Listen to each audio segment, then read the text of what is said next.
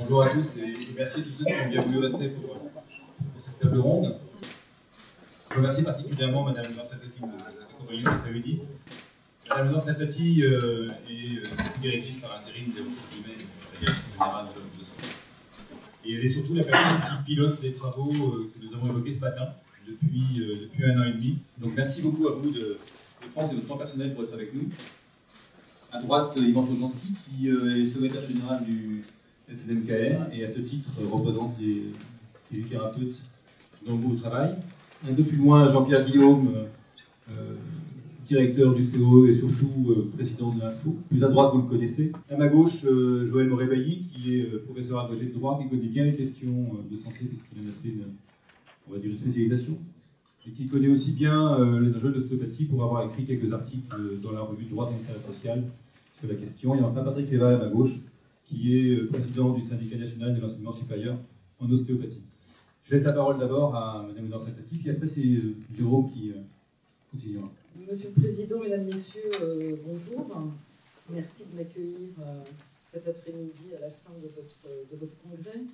Je vais vous présenter très rapidement, puisqu'on m'a donné quelques minutes de parole pour vous présenter les travaux que nous conduisons maintenant depuis 18 mois environ à la Direction générale de l'offre de soins sur l'ostéopathie.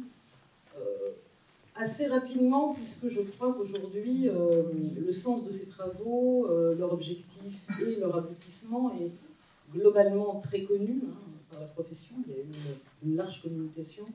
C'est peut-être plus intéressant ensuite d'avoir et vos questions et peut-être la réaction des différents intervenants, puisqu'on ne va pas faire exclusivement, même si de temps en temps ça fait du bien, de l'autosatisfaction. Alors, l'origine de ces travaux, en fait, qu'est-ce qui a fondé les travaux, effectivement, que je coordonne pour le ministère de la Santé. Cette origine, vous la connaissez, c'est la publication en mai 2012 du rapport IGAS, qui est un rapport de 2010, mais que le nouveau gouvernement, en 2012, a souhaité rendre public. Rapport IGAS, dont les constats, nous, effectivement, on connaissait ce rapport et ce qu'il disait depuis 2010. C'est évidemment l'intérêt d'être au ministère, c'est d'avoir quelques informations en amont. Ce rapport était un rapport très négatif par rapport à la structuration de la formation en ostéopathie en France. Et ce rapport dénonçait une mauvaise qualité de la formation, il faut dire les choses clairement, à la fois par rapport aux écoles elles-mêmes. Donc le rapport pointait la pléthore d'écoles, et c'est vrai que par rapport à l'international, la France a fait très fort en création d'écoles en ostéopathie. Au-delà de la pléthore d'écoles, des écoles, pour certaines, assez mal structurées et organisées du point de vue du pilotage pédagogique. Et puis, le rapport dénonçait également un enseignement très hétérogène, voire hétéroclite, et notamment dans cet enseignement, ce qui est un peu embêtant pour une profession qui est d'abord une profession qui pratique, une très faible structuration de l'enseignement pratique. J'ai des chiffres en tête qui effectivement nous ont particulièrement inquiétés. Certaines écoles pour lesquelles les étudiants dans une scolarité, hormis centre manipulé, ce qui n'est pas nécessairement le sens d'un enseignement pédagogique structuré, voyaient en tout et pour tout une vingtaine de patients dans un cursus, ce qui évidemment ensuite, pour préparer un exercice cohérent et sécure, était effectivement relativement insatisfaisant. Et évidemment, ce que disait l'IGAS, c'est ce qu'il sous-entendait, c'est qu'avec un tel appareil de formation, c'était un peu aléatoire d'avoir ensuite des professionnels qui pouvaient dispenser une prise en charge de qualité aux personnes qui s'adressaient à eux, sachant par ailleurs que, vous l'avez tous noté, et nous l'avons tous noté, il y a pour l'ostéopathie, mais d'autres types de pratique et de médecine alternative, il y a un engouement de la population française, on le sait. D'où l'intérêt et l'importance qu'il y ait des professionnels de qualité qui puissent les prendre en charge. Et effectivement, le rapport IGAS, on l'a pris pour ce qu'il était, mettait en cause la responsabilité des pouvoirs publics autour de cette situation, à la fois en dénonçant le dispositif d'agrément des écoles qui s'était mis en œuvre et qui était un dispositif poreux, c'est-à-dire qu'en gros, il suffisait de déposer un dossier et on était agréé, compte tenu des critères qui étaient proposés. Et puis, nous renvoyait le fait que nous n'avions pas, en 2007, quand les premiers textes sur l'ostéopathie étaient sortis, nous n'avions pas formalisé de référentiel de formation opposable, ce qui fait qu'effectivement, il y avait des professionnels qui sortaient avec des formations de 3 ans, de 3 à 5 ans. Et d'emblée, qu'il y a un problème immédiat qui se posait dans cet écart sur la durée de formation. Sur le premier point, on entendait évidemment, et on entendait prendre toute notre responsabilité, le dispositif d'agrément. Sur les référentiels de formation, on avait entre guillemets là un alibi, puisqu'en 2007, ce n'est pas qu'on n'avait pas souhaité le faire, mais il semblait que la profession n'était pas prête à travailler en consensus pour l'élaborer. Et qu'il était évidemment un peu compliqué de renvoyer au pouvoir public ce que les professionnels eux-mêmes n'avaient pas souhaité faire, n'avaient pas pu faire, pour des raisons qu'on peut encore retrouver aujourd'hui. Il y a une histoire qui, évidemment, est sans doute à l'origine de cette impossibilité en 2005. Les objectifs de ces travaux, c'était très clair, la ministre l'a annoncé à son arrivée, c'était mettre en œuvre les préconisations du rapport IGAS. Donc en fait, notre feuille de route, elle était toute tracée, avec un objectif clair, je l'ai annoncé à l'ensemble des parties prenantes, assurer la qualité et la sécurité des prises en charge.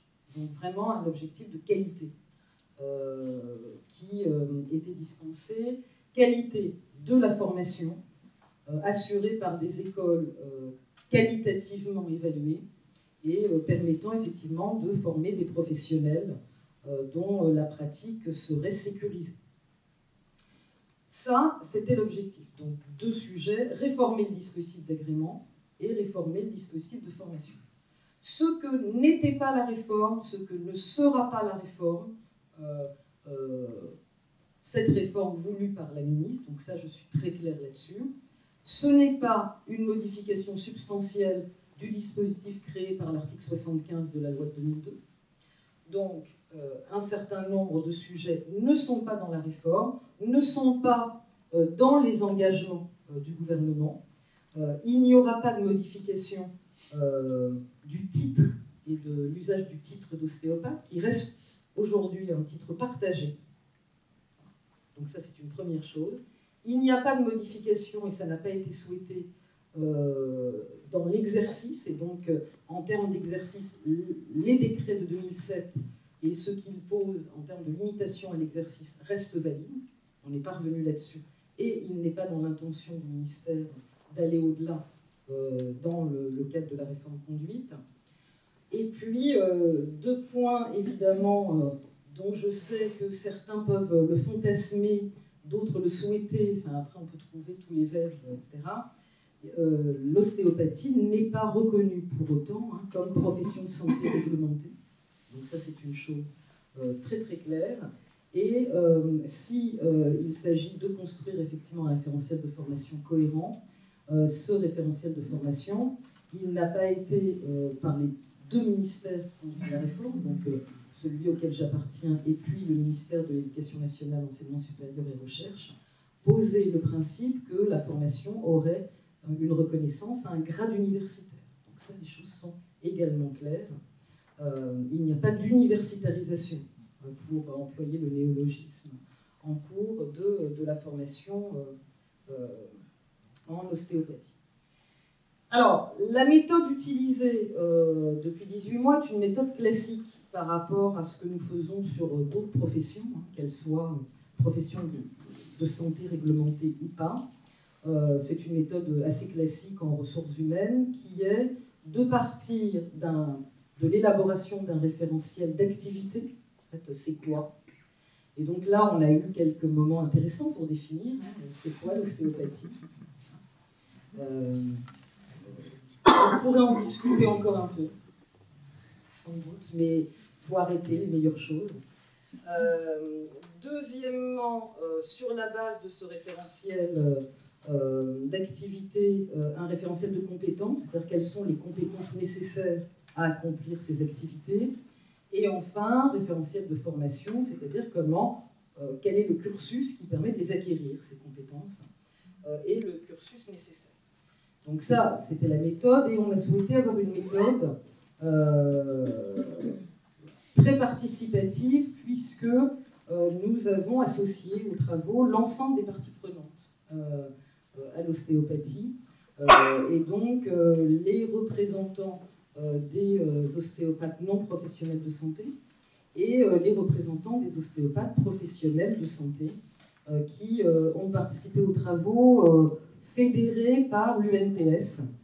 Et on avait dans le tour de table à la fois des médecins, des kinésithérapeutes, des sages-femmes, des pédicures-podologues, enfin, tous les professionnels de santé qui aujourd'hui portent ce titre et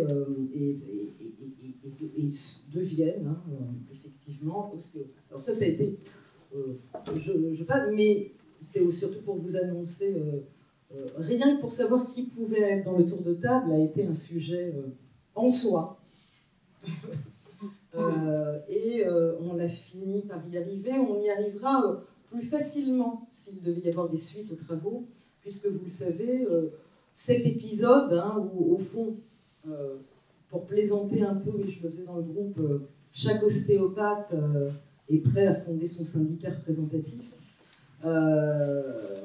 Globalement, pour éviter, pour les prochaines fois, d'avoir à se reposer la question de qui est représentatif, nous avons relancé une enquête en représentativité, puisque la dernière datait un peu et le paysage de l'ostéopathie s'était sensiblement modifié, qui désormais nous dit, à la fois pour les non-professionnels de santé et les professionnels de santé, qui est représentatif, et ce sont ces seules organisations qui seront conviées désormais autour de table lorsqu'il y aura d'autres discussions autour de l'ostéopathie. On a pour autant terminé les travaux dans la configuration dans laquelle on les avait commencés, mais on a maintenant une visibilité plus claire du champ de représentation en ostéopathie.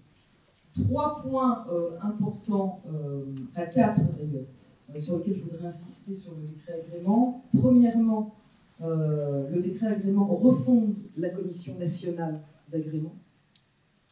Donc ça, c'est un point effectivement important. Ça faisait quelque temps qu'elle était devenue caduque et donc ne fonctionnait pas. Et nous avons refondé une commission en retenant la préconisation de l'IGAS, c'est-à-dire en ayant une présidence de cette commission qui sera une présidence externe. On verra IGAS, conseiller d'État, on va voir, mais ce sera de toute façon un président nommé par la ministre et qui aura un regard externe et indépendant, ce qui est évidemment extrêmement important compte tenu, vous l'imaginez, de la sensibilité de la question.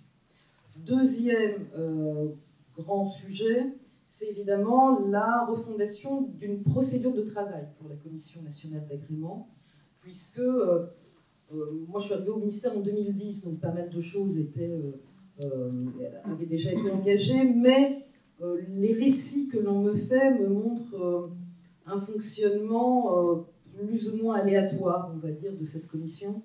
Nous avons effectivement souhaité avoir, il y aura d'ailleurs un règlement intérieur, mais au-delà du règlement intérieur, on a souhaité avoir une procédure de travail et surtout l'assurance via un dispositif de dématérialisation que l'ensemble des personnes qui siégeront auront pu lire l'ensemble des dossiers. Alors ça va de soi, me direz-vous, mais il semblerait que ça n'ait pas toujours été le cas. C'est compliqué, évidemment, de discuter d'un dossier que l'on ne connaît pas. Donc ça, c'est un point important. Et enfin, on a déterminé, vous les connaissez maintenant, un certain nombre de critères d'agrément qualitatifs, exigeants. Je sais qu'ils sont exigeants, mais ils ont été voulus tels. On sait qu'un certain nombre de responsables d'école, parfois, ont pu s'inquiéter de cette exigence. Mais nous avons voulu poser une exigence assez forte, en termes, premièrement, d'équipe, de structure elle-même. En gros, une école, ça a des locaux. Je dis une banalité, mais ce n'est pas nécessairement le cas partout. Ça a des mètres carrés suffisants, c'est en règle par rapport à un certain nombre de dispositions de sécurité, etc. Donc ça, c'est un point important. Deuxièmement, une école, ça a une équipe pédagogique qualitative. Et des points importants, on le réabordera, qui était évidemment avoir une équipe de direction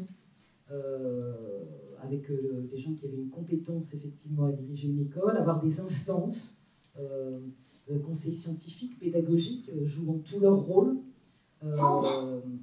avec des personnalités extérieures qui pouvaient effectivement équilibrer les dispositifs pédagogiques. C'est aussi une équipe pédagogique structurée, et là, deux points importants. Il ne s'agit pas de n'avoir que des intermittents du spectacle dans une école, mais il y a évidemment l'importance d'avoir une équipe de coordination pédagogique qui justement coordonne les gens qui peuvent venir faire tel ou tel enseignement à un moment donné. Et puis on a mis aussi une exigence par rapport au corps enseignant lui-même. Et là, avec beaucoup de simplicité, il n'est pas possible que l'essentiel d'un corps enseignant, ce soit de jeunes diplômés qui, ne pouvant parvenir à un exercice, enseignent ceux qui ne l'ont jamais pratiqué. Donc ça, c'est un point évidemment qui, pour nous, est un point majeur en termes de structuration de la qualité de l'enseignement. Et enfin, dernier point, il y a pas mal de choses dans les critères d'agrément sur ce point, c'est évidemment un niveau qualitatif élevé pour l'enseignement pratique. Et on a notamment intégré dans les critères d'agrément la nécessité, j'y reviendrai sur la formation, d'avoir des critères relatifs à la formation pratique, et notamment par rapport à la critique majeure de l'IGAS, un nombre de rencontres avec des vrais patients, et pas avec son petit camarade de classe. Donc ça, c'est un point évidemment extrêmement important de la réforme. Enfin, le texte et son passage en Conseil d'État ont permis de répondre à une question qui était en filigrane depuis 2007, et qui était la question: y a-t-il au fond des différences en termes de critères, en termes d'exigences entre les écoles des professionnels de santé et des non-professionnels de santé, puisqu'au fond c'était plus ou moins mis en œuvre un double dispositif d'agrément. Et les choses sont désormais très claires. Le Conseil d'État a été parfaitement clair sur ce point. Toutes les écoles en ostéopathie sont des écoles qui appartiennent au dispositif d'enseignement supérieur privé. Et à ce titre, elles doivent tous se conformer aux mêmes règles, et notamment à l'ensemble des règles applicables aux enseignements aux établissements d'enseignement supérieur privé, déclaration au rectorat, etc. Au fond, pour toute personne, professionnelle de santé ou pas, l'ostéopathie, c'est l'accès à un diplôme. Enfin, c'est pas une formation continue d'une quelconque autre formation, c'est une formation en soi. En revanche, il y a deux types d'élèves. Il y a les gens qui sont en formation continue, parce qu'ils ont été d'abord salariés, et puis il y a des gens qui sont en formation initiale, parce qu'ils arrivent directement du bac, ou d'autres études, mais qui n'ont pas débouché sur un exercice professionnel. Et donc l'ensemble des écoles doivent se soumettre aux mêmes règles. Un sujet évidemment à part, puisqu'on ne va pas les agréer, c'est évidemment le cas de l'université, puisque là l'université évidemment n'est pas dans le champ de l'agrément par le ministère de la Santé, mais le ministère de l'Enseignement supérieur a clairement indiqué, vous avez vu dans le décret, que pourraient délivrer des formations universitaires d'ostéopathie les universités qui auront été évaluées dans le dispositif d'évaluation de l'université, dans le dispositif d'accréditation qui est mis en œuvre positivement pour le faire, et évidemment les universités qui proposeront un programme conforme à celui que nous sommes en train d'élaborer. Donc voilà pour ce qui est des travaux d'agrément. Ces travaux sont terminés. Et désormais, l'arrêté doit être publié et les écoles devront toutes déposer un dossier avec effectivement des modalités qui sont précises dans l'arrêté pour se soumettre à un processus de réagrément d'ici l'été, puisque l'ensemble des écoles seront réagréées ou pas, j'insiste bien sur le ou pas, d'ici juillet 2015 pour la rentrée 2015. Et j'insiste bien sur le ou pas, puisque le ministère a toujours dit et assumé le fait que s'il y a des écoles dont l'apport qualitatif sera négativement évalué, nous assumerons le fait que les écoles seront, alors, pas fermées, puisqu'elles peuvent poursuivre si elles le souhaitent. Vous connaissez le dur engrenage, qu'il y a des écoles que nous n'agréerons pas. Et donc une école non agréée délivrera un diplôme qui ne permettra pas d'user du type d'ostéopathe, ce qui évidemment, d'une certaine manière, résout la question. Donc, il n'est pas de notre sort de fermer l'école, mais au bout d'un moment, quel intérêt de suivre un cursus qui ne permet pas d'exercer.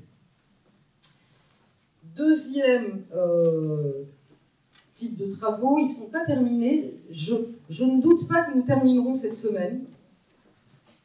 J'appelle ça la méthode Coué.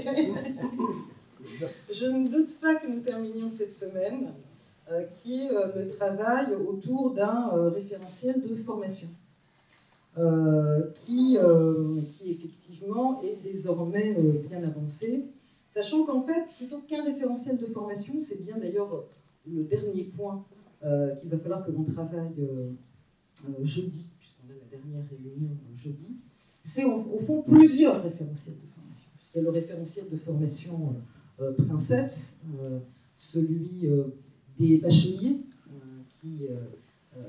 et puis autour du travail que nous sommes en train de conduire sur les dispenses, au fond ce sont plusieurs référentiels de formation par profession qu'on est en train de conduire. C'est-à-dire, au fond, par rapport à ce référentiel global, c'est quoi le référentiel pour un médecin, c'est quoi un référentiel pour un masseur-kinésithérapeute, c'est quoi un référentiel pour une sage-femme.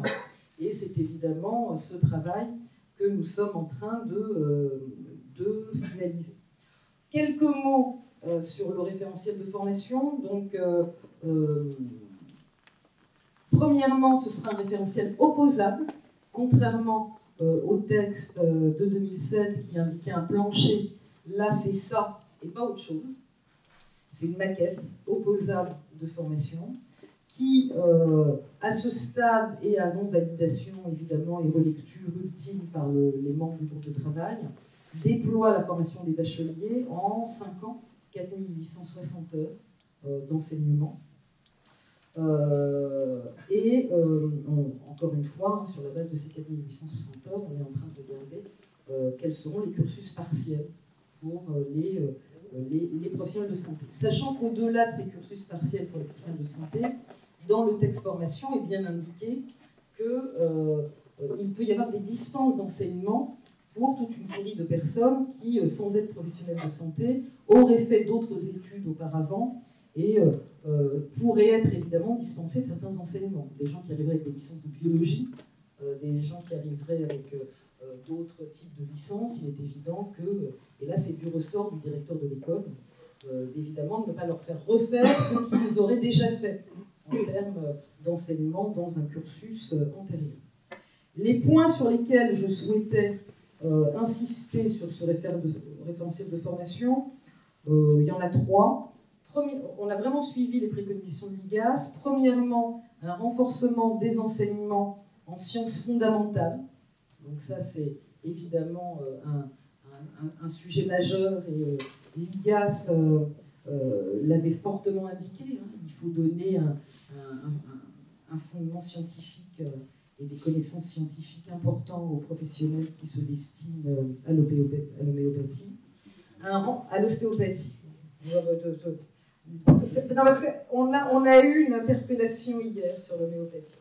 Le renforcement, effectivement, de tout ce qui est enseignement sur la sémiologie et physiopathologie, Donc là, on a retravaillé d'ailleurs, suite à un certain nombre d'indications intéressantes de nos homologues du ministère de l'Enseignement supérieur, on a retravaillé les unités d'enseignement sur la physiopathologie, hein, et notamment en indiquant les différentes pathologies qui devraient être enseignées, mais surtout en faisant tout un travail qui doit être validé jeudi autour le sens de cet enseignement, qui est évidemment connaître, hein, mais également de pouvoir, quand on est ostéopathe, disposer de tous les signes d'alerte qui permettent évidemment de faire un diagnostic d'opportunité à la prise en charge ostéopathique et de savoir, puisque c'est un point central de qualité et de sécurité des soins, passer la main,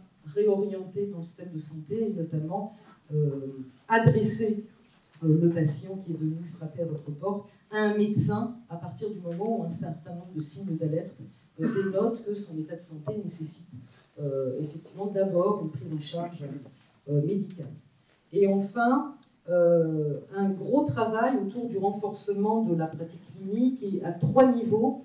Premièrement, les travaux pratiques. Ça, c'est un point qui était relativement acquis dans les différentes écoles et qu'on a voulu renforcer.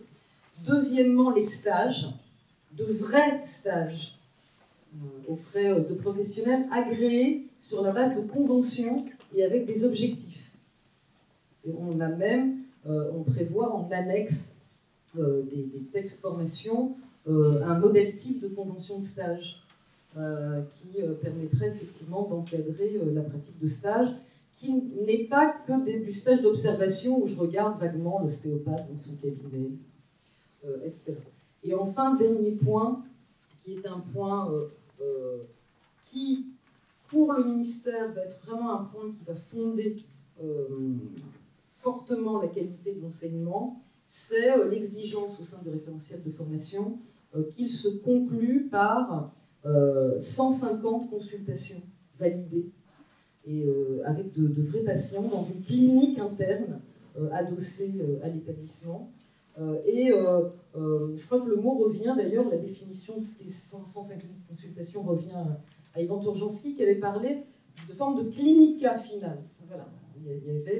On terminait par une forme de clinica, 150 consultations qui doivent être encadrées par un enseignant et validées pour pouvoir effectivement avoir le diplôme final et pouvoir effectivement exercer l'ostéopathie.